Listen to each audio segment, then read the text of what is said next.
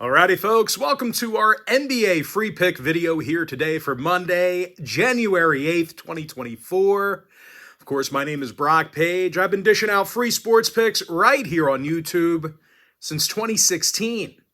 And if you want to see which one of these free plays on this video that I actually like the best, you may want to think about signing up for a membership on my premium site. And more specifically, you may want to think about signing up for today's extra daily pick. I'm 6-0 on my last 6 extra daily picks on my premium site. We had the Bills minus 2.5 yesterday. They got the job done against the Dolphins on the road. And the good news is, folks, we have another extra daily pick going off here today. And if you sign up for that package, you're going to get access to that membership every single day for the next 30 days. And as an added bonus, you're also going to get access to my daily best play for the next 30 days during that time frame, absolutely free. It's going to be included with your purchase. The math actually works out to be just 9 cents a day. And the site is patreon.com/BrockPage. And with that, folks, we are going to dive into some free content. We're actually going to start off with the Celtics at the Pacers, 7 o'clock Eastern start time. Boston's -3, totals 244. And even though Jason Tatum's banged up right now, the Celtics could, continue to find ways to win. And I'll tell you, believe it or not, a lot of it is fueled by their defensive play. The Celtics are in the top 5 in the NBA in defensive points per game on the road.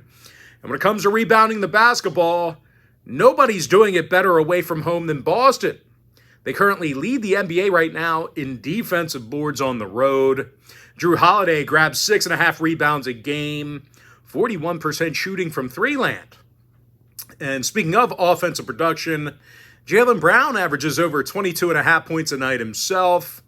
Now, they're facing a Pacer team on the other side who's been terrible on defense this year.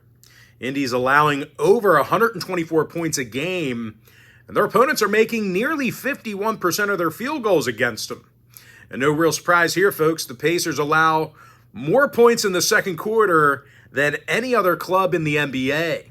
Now, injury-wise, Brown, Jackson, and Nembhard are questionable for the Pacers. Porzingis, Tatum, and Hauser day-to-day for Boston. Now, the Celtics did see 7 out of their last 10 outings get over the total. And in their last 10 head-to-head gatherings with Indy, the Celtics averaged over 121 points a game. Now, the Pacers on the other side, they saw overs in 14 of 19 contests at the Gainbridge Fieldhouse this year.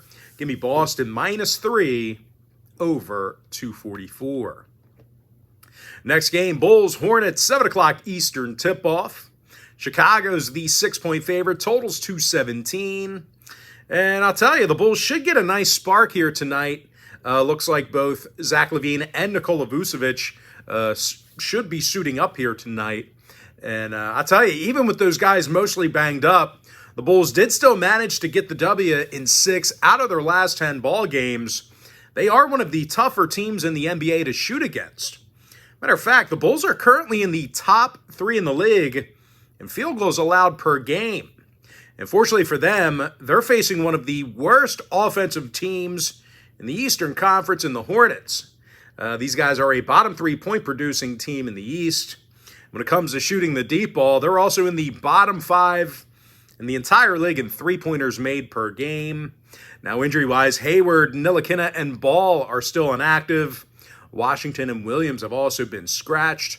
Meanwhile, for the Bulls on the other side, Caruso and Williams are day-to-day for them. Could possibly suit up here tonight. Now, total-wise, a lot of unders for Chicago here recently. They saw their last 8 straight ball games all stay under the total. Meanwhile, Charlotte went 70% to the under in their last 10. Give me the Bulls -6, under 217. Next contest, it is going to be Thunder Wizards, 7 o'clock East. OKC's -11.5, totals 247.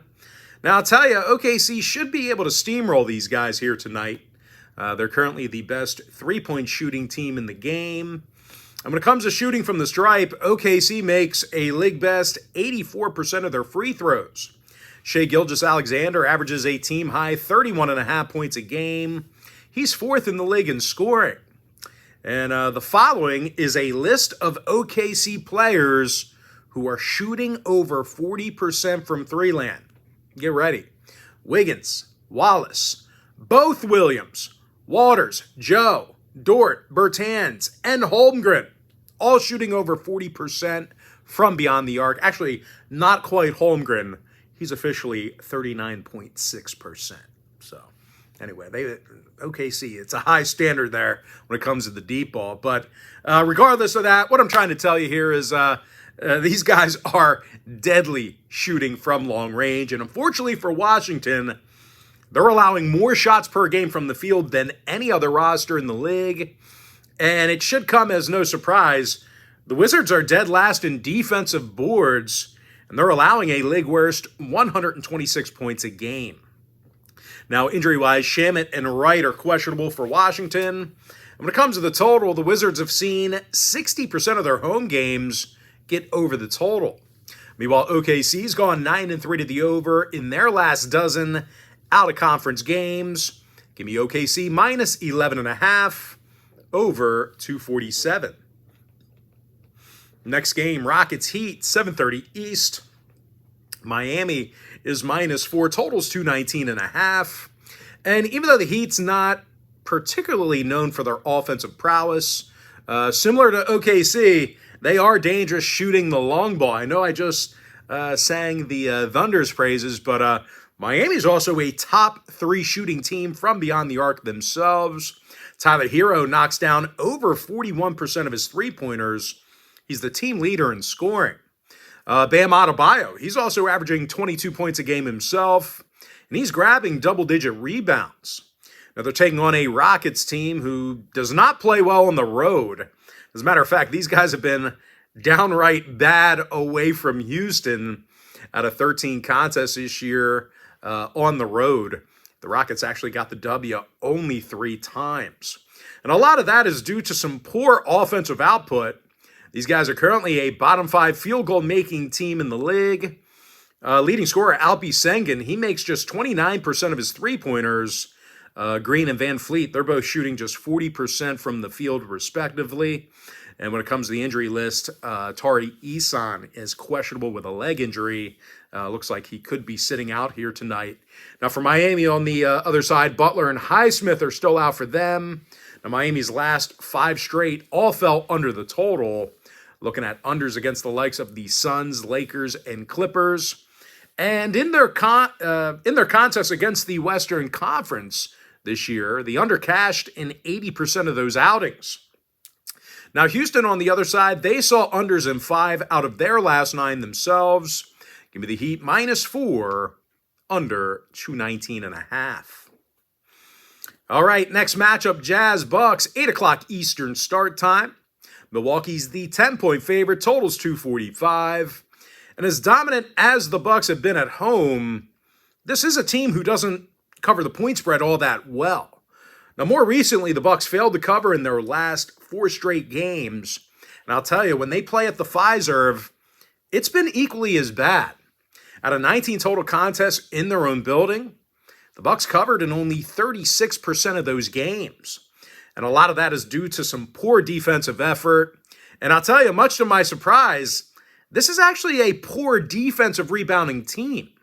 The Bucks are in the bottom 3 in the East in defensive boards per game at home. Kind of an interesting stat because, you know, Giannis is just grabbing so many rebounds a game, but they don't do it well as a team on the defensive end of the court. And unfortunately for the Bucks, they're probably going to get out-rebounded here tonight because the Jazz are a top 3 offensive rebounding team in the entire league. Lauri Markkanen snags 8 rebounds a game, team leader in points. Meanwhile, Jordan Clarkson's averaging over 17 points a game himself. Now, injury-wise, Payne and Lillard are out. Jay Crowder still inactive. 3 out of the Bucks' last 4 out-of-conference home games got over the number. And no real surprise here, folks. The over cashed in 12 of 19 home games this year for the Bucks. Now, Utah on the other side, they saw overs recently against the likes of Detroit, San Antonio, and Toronto. Give me the Jazz plus 10 over 245. And with that, folks, we are going to jump into our next and final breakdown for the video. It's going to be in that Suns-Clippers game, 10:30 p.m. East. The Clippers are the 6-point favorite. Total's 227.5. And as good as the Clippers have been, well, they did fail to cover recently against the likes of the Lakers, Hornets, and Celtics. And in their last 10 meetings with the Suns, they also took the loss in 60% of those meetings. They gave up 118 points a game on average on defense.